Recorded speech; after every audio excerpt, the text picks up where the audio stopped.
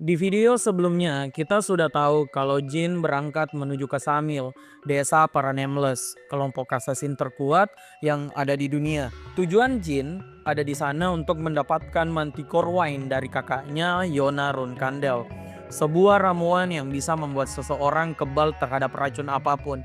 Nah, menariknya, Jin ternyata melakukan hal mencengangkan saat dia punya kesempatan mendapat item tersebut dari kakaknya, yaitu Yona Runkandel.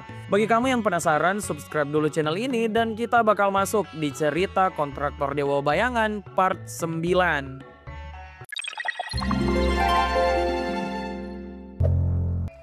Setelah All bertemu dengan Jin, Jin tahu ancaman yang akan mereka dapatkan. Makanya setelah matahari terbenam, Jin langsung kabur.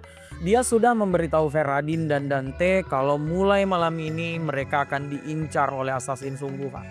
Di sini Ferradin masih mengeluh mengantuk, tapi mereka semua paham kalau bahaya yang mereka hadapi tidak main-main. Sebab hawa keberadaan semua orang di kota ini seakan-akan langsung menghilang. Bahkan Jin sangat terganggu dengan perasaan seperti hewan buruan. Dari kejauhan ada Yona dan Owl yang melihat Jin. Owl sangat khawatir dengan assassin elit yang dipilih oleh Yona. Mereka itu terkenal bisa melakukan pemusnahan dengan mudah, tapi Yona masih tenang dan dia mengatakan kalau Mind Eye Jin sebenarnya sudah bangkit meskipun tidak sempurna. Owl tertegun karena dia baru tahu kalau anak semuda Jin itu bisa membangkitkan Mind Eye. Melihat Yona sangat bahagia, Owl merasa Jin memang patut untuk dia perhatikan. Nah, di lokasi Jin, serangan demi serangan sudah mulai mereka terima. Untung saja kerjasama ketiganya lumayan bagus, hingga bisa kabur terus-menerus. Sayangnya mereka tidak bisa bertarung tuh di satu tempat yang sama dan harus terus bergerak karena bisa saja mereka akan terkepung. Di sini Jin juga terganggu dengan assassin Samil yang seperti menjaga jarak. Mereka ternyata mulai menggunakan serangan bawah tanah.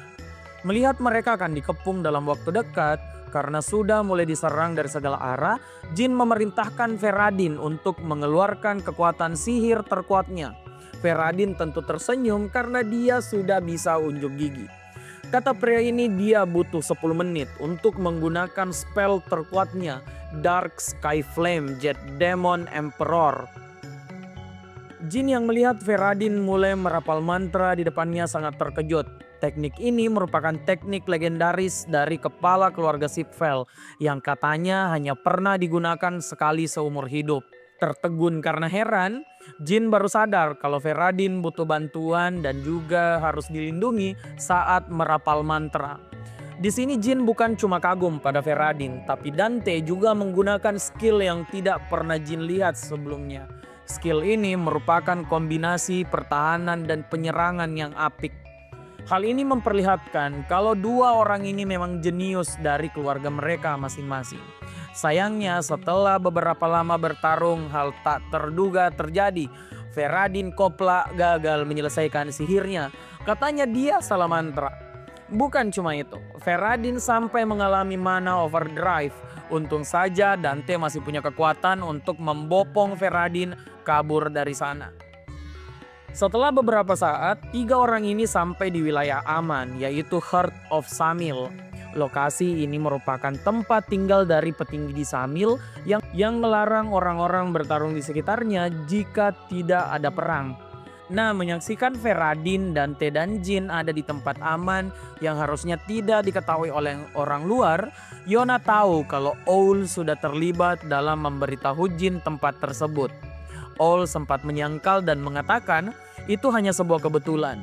Yona tentu saja tidak percaya dan sekarang kakak Jin tersebut akan masuk ke daerah pertarungan. Dengan begini mimpi buruk Owl bisa jadi kenyataan karena Yona memang punya kemampuan untuk meratakan 3 orang tersebut. Owl tahu betul bagaimana menakutkannya Yona sebagai seorang assassin. Dia adalah anak yang paling berbakat dalam sejarah Nameless. Saking kuatnya, para Runkandel bahkan menjuluki Yona sebagai pedang yang tertelan kekacauan. Saat Yona tengah bersiap-siap untuk beraksi, Owl kemudian berasumsi kalau Jin pasti sudah menuruti perintahnya untuk membuat Ferradin dan Dante keluar dari Samil. Ya meskipun Jin harus menghadapi kemarahan kakaknya sendirian. Tapi siapa sangka nih, saat menengok masuk ke tempat persembunyian Jin, Feradin dan Dante malah masih ada di sana. Dan bahkan keduanya tuh tengah tertidur pulas. Melihat hal ini, Yona tersenyum dan siap menghabisi Feradin dan juga Dante. Saat akan bergerak di sini, siapa sangka kalau Yona akan sangat marah melihat Jin mengangkat sebuah bara. Barang tersebut ternyata cakar dari White Dragon yang diberikan oleh Quicantel. Setelah mengangkat barang tersebut, Jin bingung kenapa tidak ada reaksi yang dia rasakan.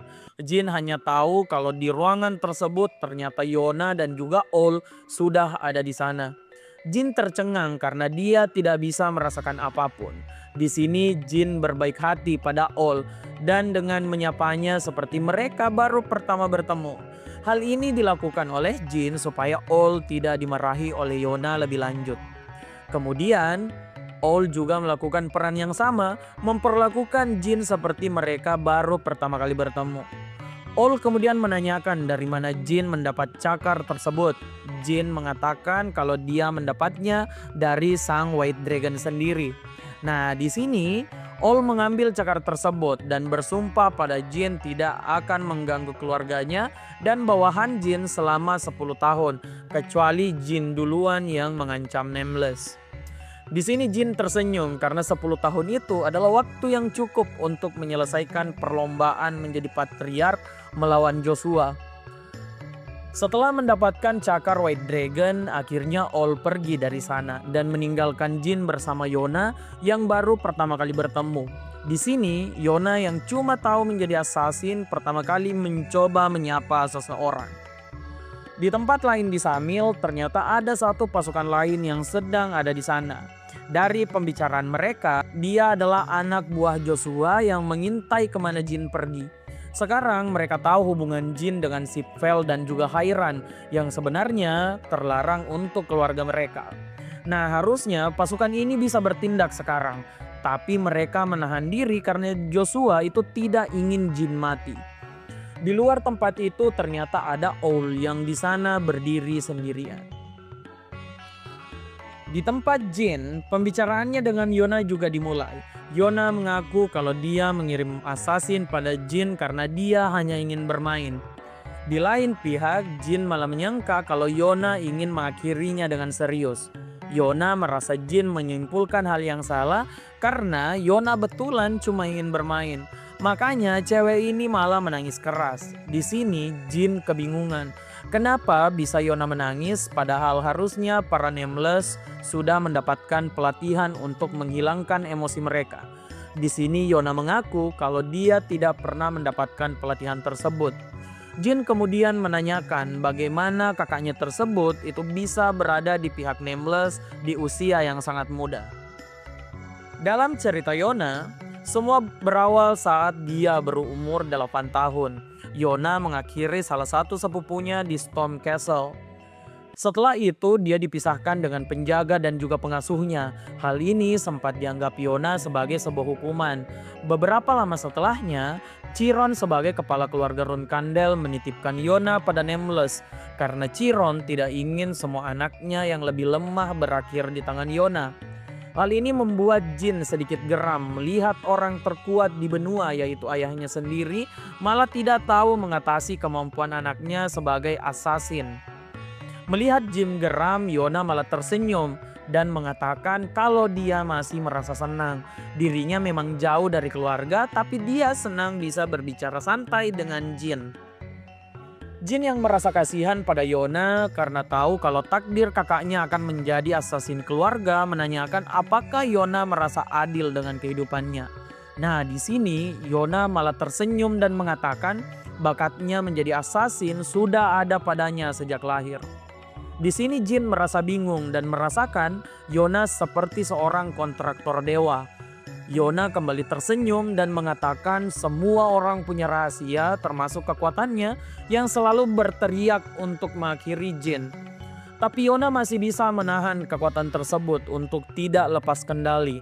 Setelah berbicara lama dengan saudaranya untuk pertama kali, Yona ingin menghadiahkan sesuatu pada Jin. yaitu Manticore Wine yang dia incar. Secara mengejutkan, Jin malah menolak pemberian tersebut dan mengatakan dia lebih memilih mendapat hadiah menghabiskan waktu dengan kakaknya untuk melihat bulan malam ini.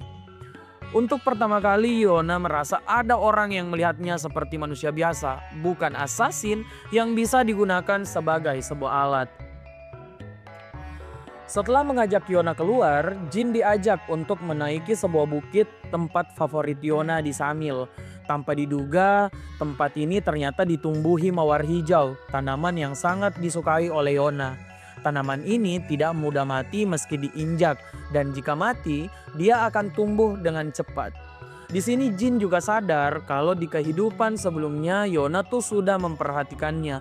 Karena bahkan saat Jin dibuang oleh keluarganya, bunga hijau inilah yang selalu ada di kamarnya.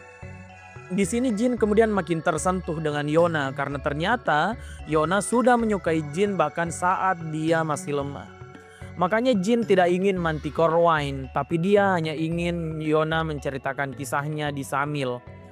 Yona banyak bercerita hari itu, kisah hebatnya yang sering menantang Raja Nameless, ya meskipun itu terus gagal. Menceritakan semua ini, Yona sangat senang karena dia baru saja melihat bahwa dia juga memiliki sisi yang bisa bercerita pada orang lain selain Owl dan juga Chiron Runekandel. Setelah cerita tersebut, Jin yang melihat sisi lembut dari kakaknya tiba-tiba mengatakan sebuah hal, kalau Yona lebih baik belajar tentang bunga ketimbang menjadi assassin. Dia melihat kakaknya lebih cocok menjadi seorang penjual bunga ketimbang assassin. Yona mendengar hal ini itu seperti sebuah omong kosong. Setelah itu Jin ingin berpamitan dengan Yona. Ya meski Yona sedih, dia membiarkan Jin pergi dan mengucap sampai jumpa pada adik bungsunya tersebut. Berapa lama kemudian, Jin kemudian bertemu dengan Owl. Owl akan memberinya Manticore Wine sebagai imbalan telah mengobrol dengan Yona. Nah di sini ternyata Jin membuat kesepakatan baru yang mengejutkan. Dia ternyata tidak ingin Manticore Wine. Dia ingin Nameless menahan Yona kembali ke keluarga selama 5 tahun. Agar Yona tidak dijanjikan assassin pribadi keluarga Runekandel. Jin ternyata lebih memilih Yona bahagia ketimbang mendapat Manticore Wine yang dia incar. Jin juga mengatakan Owl pasti sadar Yona lebih cocok menjadi penjual bunga ketimbang seorang assassin. Hal ini membuat Owl sangat tersentuh karena Raja Nameless tersebut juga ingin kebahagiaan bagi Yona. Jin kemudian meminta satu hal lagi pada Owl. Dia ingin membuat kontrak untuk dibantu dengan Nameless. Dia membutuhkan kekuatan Nameless 1 kali, tapi bukan atas nama Jin Runekandel, melainkan nama Jin Grey. Owl kemudian setuju dengan syarat tersebut dan Jin pun pergi dari Samil. Di tempat yang jauh, tepatnya di benua gelap, Khan dan Kashmir berjalan berdua. Mereka ternyata datang untuk menghadap Chiron yang memanggil Khan. Setelah mereka sampai, Kashmir baru sadar kalau Talaris Endorma ada di sana. Jadi ada 2 orang terkuat di dunia dalam satu tempat. Di sini Kashmir sadar kalau dia sedang dalam masalah besar. Setelah duduk di sana, Kashmir baru sadar kalau ada 1 orang lagi yang datang, yaitu Owl. Kashmir kemudian mengatakan kalau dia mungkin mengganggu, jadi akan pergi dari sana hingga tamu Chiron pulang. Chiron kemudian menahan Kashmir dan mengatakan kalau 2 orang yang ada di sana bisa dipercaya. Nah Chiron kemudian menanyakan keadaan Jin. Kashmir melaporkan kalau Jin sedang mendatangi Samil untuk belajar sebagai assassin dan juga racun. Di sini Talaris ternyata sedikit kesal dengan Jin yang terus mencari bahaya yang bisa membuat anak perempuannya menjadi perawan tua. Nah, di sini Owl menyatakan kalau dia juga ingin membicarakan Jin karena dia telah keluar dari Samil. Owl kemudian menceritakan kalau Jin memiliki beberapa permintaan. Pertama, Jin itu mau Owl menghapus jejak bahwa dia pernah ke Samil. Kedua, dia kemudian memerintahkan Owl untuk membantai semua pasukan Joshua yang mengikutinya ke Samil. Di sini, Chiron malah tidak marah. Pasukan elitnya dibantai Nameless. Dia bahkan memuji Jin yang sudah terang-terangan ingin menghadapi Joshua. Nah, selain itu, Jin juga ternyata menitipkan sebuah surat untuk ayahnya. Surat yang diberikan Jin pada Chiron ternyata menyangkut kakaknya, Yona Runkandel. Jin menulis surat ini setelah dia sadar kalau Yona menaruh manticore wine di jubahnya dan juga sebuah surat. Yona ternyata memberi Jin manticore wine yang bisa membuatnya kebal racun dan membangkitkan Mind Eye sepenuhnya. Jin yang senang dengan hadiah ulang tahun tersebut membalas Yona dengan menulis surat untuk Chiron. Sepertinya surat ini tuh menyangkut penundaan Yona untuk kembali ke keluarga mereka selama 5 tahun. Di sini Chiron tertawa melihat anaknya memiliki pandangan lain tentang Yona. Makanya dia akan membicarakan surat itu dengan Owl di lain waktu. Sekarang Chiron ingin mendengar tentang Jin dari Kashmir. Kashmir melaporkan juga tentang kematian Kinrat Hall yang betulan terjadi karena Jin. Di sini Owl dan Talaris ikutan terkejut. Nah, Chiron ingin membicarakan hal ini berdua dengan Kashmir. Makanya dia menyuruh Owl dan Talaris pergi. Talaris kemudian memaksa bahwa dia bisa mendengar semuanya. Karena dia sudah tahu rahasia Jin sebagai seorang magic swordsman. Di sini Chiron tetap memaksa Talaris untuk pulang. Di tempat lain, Jin masih terjebak dengan Dante dan Ferradin. Siapa sangka dua orang ini tidak mau meninggalkan Jin. Mereka malah menyuruh Jin untuk tinggal bersama mereka beberapa hari untuk liburan. Permintaan yang Jin tidak pernah bayangkan seumur hidup. Nah, di sini Ferradin dan Dante juga mengatakan kalau dia tahu Jin yang mengalahkan Kinrat Hall, sang maga jenius. Tapi Jin tetap menolak mengakui hal tersebut. Nah, kemudian selain diajak menginap, Jin juga mendapat tawaran yang lebih dari omong kosong. Ferradin dan Dante mengajaknya untuk bertualang bertiga. Alasan mereka karena ketiganya pasti tidak akan bisa bertemu dengan santai setelah mereka semua menjadi patriark. Apalagi Jin dan Ferradin yang keduanya sudah ditakdirkan bertarung sampai salah satu dari mereka jatuh ke dalam tanah. Jin ternyata cuma tersenyum dengan omong kosong mereka. Beberapa waktu setelahnya, Jin kemudian bangun dan terkaget karena seingatnya dia tuh hanya mengantar Ferradin dan Dante ke stasiun. Kemudian dia kembali ke Tikan. Nah, di sini Eina ternyata ada di dekat Jin dan mengatakan Jin baru bangun setelah pingsan karena dia sudah mengonsumsi manticore wine. Setelah itu, Quikantel masuk di tengah mereka dan menceritakan semuanya pada Jin. Eina juga mengatakan kalau Gili menuju rumah utama Runkandel tadi pagi karena panggilan kepala keluarga. Hal tentang Gili ini bisa menunggu nanti. Karena setelah Jin terbangun, dia kemudian mencoba sebuah ramuan dari Muraka. Jin tidak merasakan apa-apa, padahal itu adalah racun yang sangat berbahaya. Quikantel kemudian mengkonfirmasi kalau Jin sudah kebal racun apapun. Di sini Jin kemudian akan memenuhi janjinya dengan Quikantel, yaitu melatih Eina. Awalnya Jin hanya ingin melatih Eina di Tikan, tapi Quikantel menolak dan mengatakan dengan lantang kalau Eina harus belajar bertarung sungguhan, karena mau tidak mau dia adalah rekan Jin. Quikantel ternyata mengeraskan suaranya agar Eina yang ada di luar ruangan mengetahui kalau dia masih lemah. Nah, di sini Jin pun merencanakan kalau mereka akan keluar berdua dari Tikan untuk berlatih serius. Eina tentu sangat senang karena bisa bepergian berdua dengan Jin. Kita berpindah ke kediaman Runkandel. Ketegangan telah terjadi di sana. Di sana ada Chiron, Owl, dan juga Gili. Di depan Chiron ada Joshua yang diketahui telah mengirim pasukannya ke Samil mengikuti Jin. Hal itu menjadi dalih Chiron untuk menunda kepulangan Yona dan mengatakan kalau Joshua lancang membuat onar di Samil tanpa sepengetahuannya. Di sini Chiron melepaskan sarung tangannya dan jebret satu pukulan mendarat di Joshua. Pasti puas banget nih kan kita ngelihat mas-mas rambut lepek ini kena bogem bapaknya. Ya kita kasih waktu dulu nih buat Om Chiron ngehajar anaknya tadi. Emang Joshua ini harus dikasih paham Om. Nah kalau gitu kita pamit dulu. Sampai jumpa di video berikutnya dan jangan lupa subscribe Obrolan Anime.